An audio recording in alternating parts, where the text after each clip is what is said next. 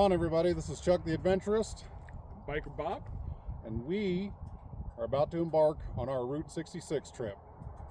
So right now we're at Clark's Corner. I don't even know what is this, 220? This is Highway 220. Just outside of Casper, heading towards Alcova, Rollins. And there's a big semi coming, so you have to hold on for 1 second. You gotta love live video.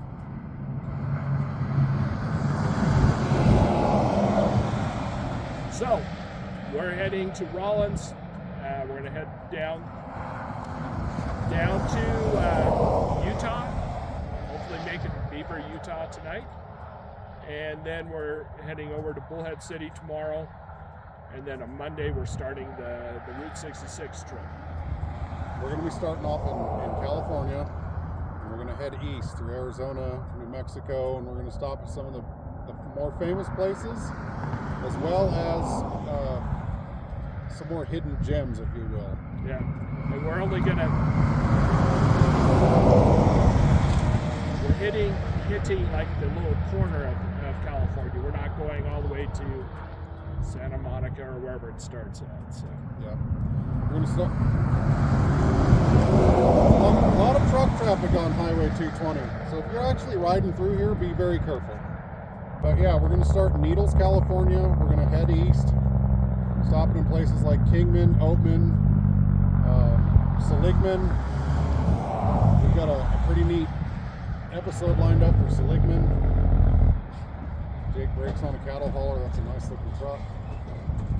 If you're riding, do not get behind any type of cattle hauler, sheep, whatever it is. Livestock of any kind. Because that is not rain coming on you. So let's just say you'll have a real stinky day. Yeah. But yes, join us along for our journey. Follow us on all of our socials we will be posting on. Another truck, give me a second. Like I said, you gotta love live video.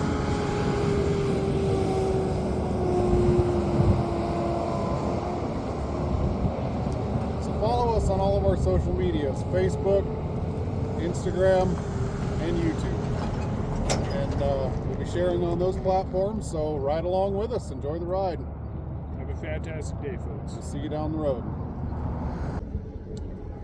What's going on, guys? So the Route 66 trip continues. We took a little pit stop here at Independence Rock, a very historical marker here on Highway 220 in Wyoming. Independence Rock, if you've ever been here, or if you've never been here, the Oregon Trail came through here, and you can go up on top of that rock or walk all the way around, and I don't think they let people up on top of it anymore, but there are a bunch of names and dates carved into that rock from when they came through here as settlers heading west. Yeah, looking for gold and a better way of life. Also, Masonically, I have to throw this little tidbit in.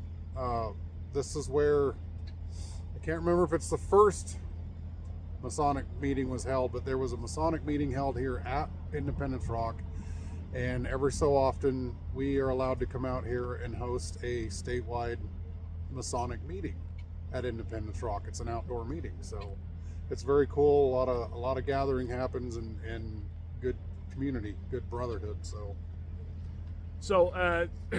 Chuck's very right. This is on the way going west. The Mormons used it. Anybody going west, okay?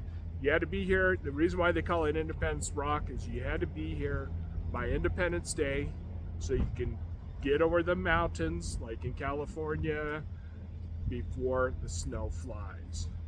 And back behind us, there's a place called Devil's Gate. Don't know why they call it Devil's Gate. They call it Devil's Gate. The Sweetwater River runs through here. So as they were coming west, not a lot of water in some places, so they would follow waterways. Like they'd go through Casper, where we're from, and they'd cross on a ferry or find a low point to where they could cross. But the Sweetwater runs right by here. So this is where some pioneers came across. Maybe it was your ancestors. And over at Devil's Gate, from what I understand, there was a party over there of settlers going through.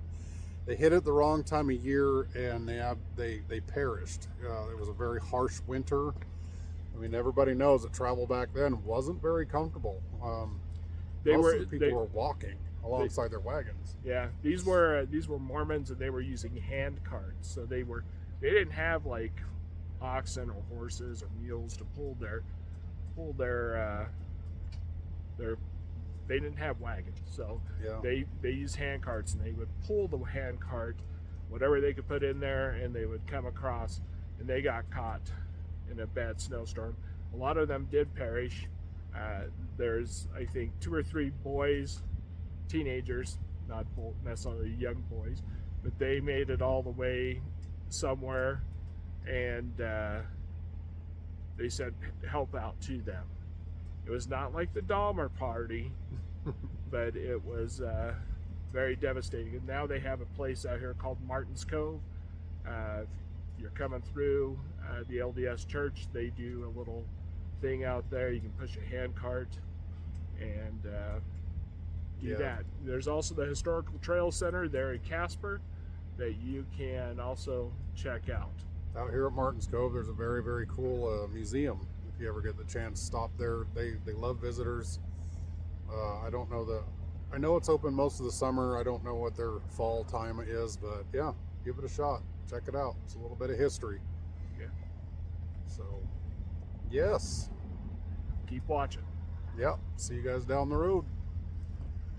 Yeah. Everybody, we're in Beaver, Utah. Chuck, do you know what's special about Beaver, Utah? The only thing I know about Beaver, Utah is it was established in 1856. Yeah. So, because that's what it says right there. So, the thing of it is about Beaver, Utah, there's a famous outlaw that came out of Beaver, Utah. Famous outlaw? Yes, very famous outlaw. He even did time in the Wyoming State Prison at the old territorial prison up there. Which outlaw was it? Was Butch Cassidy. Butch Cassidy. So if you don't know who Butch Cassidy was, he and this other guy named Sundance Kid, they were the Hole in the Wall gang. Hole in the Wall gang. So he was here. He was born to a Mormon family, and then he ran away from home, and he hooked up with a guy who was a cattle rustler, and ended up in Wyoming. And the way he got his name Butch is because he helped a butcher, and so they called him Butch Cassidy. He went with the name Cassidy because that was the person that he looked up to and he ran off with, stuff like that. Cannot remember his original name, but I'll put it in the description. But eventually he ended up in Bolivia, and they say that he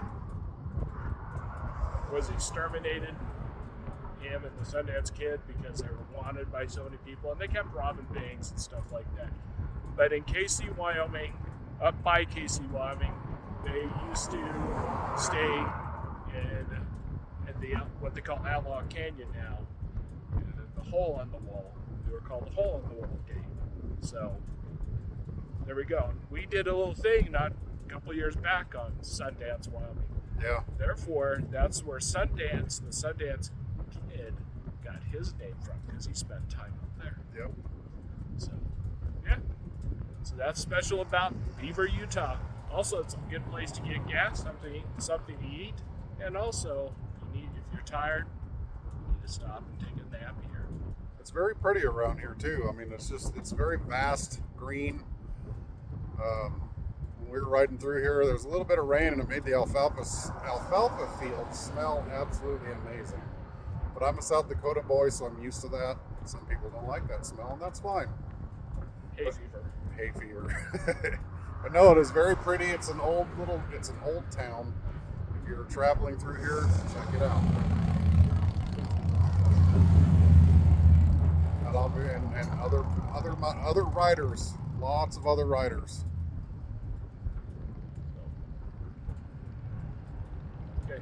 But we are on day 2 of our journey, of our Route 66 trip.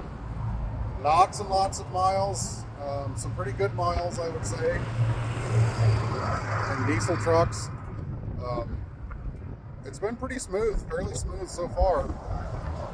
And yeah, we're just gonna continue on down the road. So follow along with us, keep watching out for our stuff, and we love you guys, and we'll see you down the road.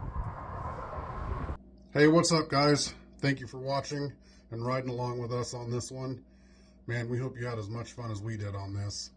I'd like to say real quick that we do have some merch. We've got some hats, and with more to come, we're talking about some t-shirts and possibly even hoodies. So when that comes out, make sure you get yours, because we do appreciate all of you guys and we want to share this with you.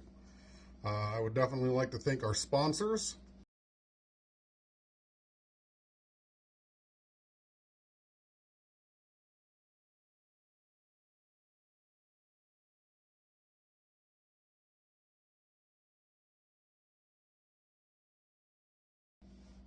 And be sure to follow us on all of our social media accounts, which is Facebook, Instagram, and of course, YouTube. And make sure you keep watching for more 307 Backroad Bikers, roads, rallies, and rides, because you never know where Biker Bob and I, the Adventurist, will end up next. All right, love you all. See you down the road.